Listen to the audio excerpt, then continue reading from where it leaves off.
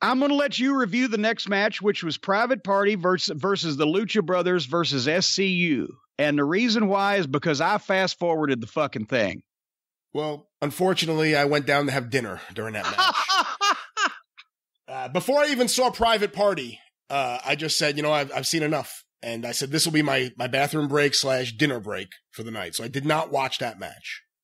Well, I would have watched a tag match with either of these three teams, but I wasn't going to watch another fucking three-way for no reason.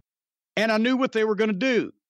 The Private Party's going to do every move known to man. The Lucha Brothers are going to do whatever the fuck they come up with on the sperm of the moment in the middle of the ring, because it doesn't look like any of that stuff's even been worked out ahead of time. And SCU is going to try to keep it together for the American audience. And they're still going to do a bunch of shit, and there's going to be no tag team rules and etc.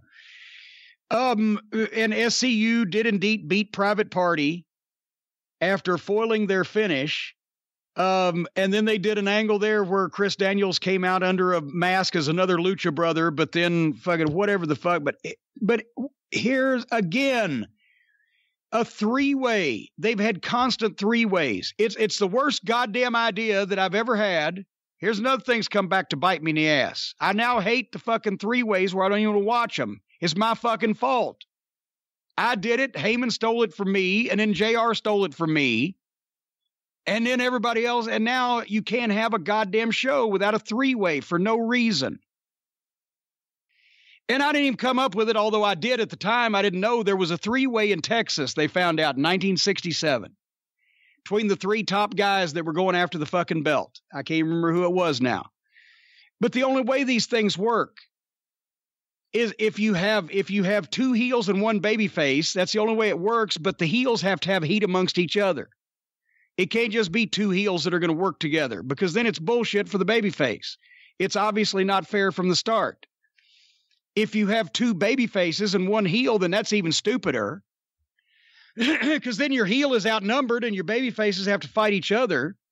The only way it works is if you have a strong babyface, a strong heel, and another heel that's been your strong heel, but is maybe in the process of switching babyface and has heat with goddamn the other heel. That's why we did it with the Dirty White Boy, Tracy Smothers, and Brian Lee.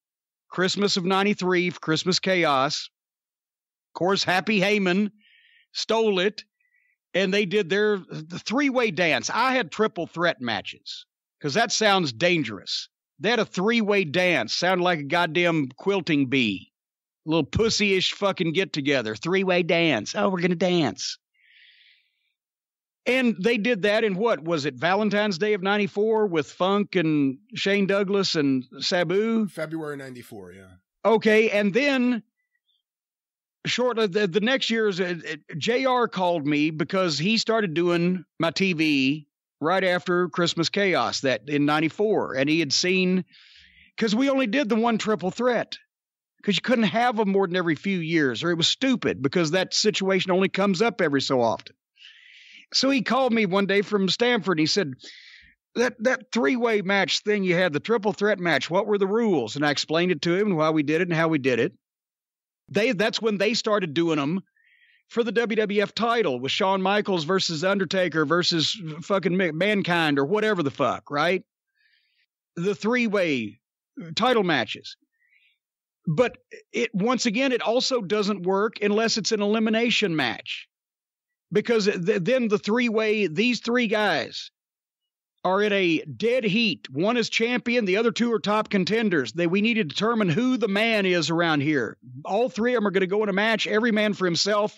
The last unbeaten man declares his dominance and is the champion. It's the only way it works. They didn't want top guys doing a job in the WWF, so they changed it to first pinfall. Which didn't make any goddamn sense, because then you could pin a guy and win a title without beating the champion, which then they realized and made a whole fucking issue out of that. But that never made sense either. The match is not over when one guy gets beat. That's just fucking stupid. The whole idea of it is to have a battle of attrition where the toughest man survives. So after it's been done and redone, and then the rules prostituted, and then all of a sudden it becomes a mid-card thing, and then all of a sudden, well, let's put 5 of the fucking little lightweight guys in there, and they can just fly around and have a goofy match. Doesn't make any sense. And every man for himself, and there's no babyface and heels. And it's the same thing as everything else in wrestling. It's been done, overdone, redone, rules changed, prostituted, homogenized, pasteurized, and sanitized until now they have multiple man matches on every card, and it looks fucking stupid. And it is stupid. And nobody gets over. Just my opinion. What the fuck?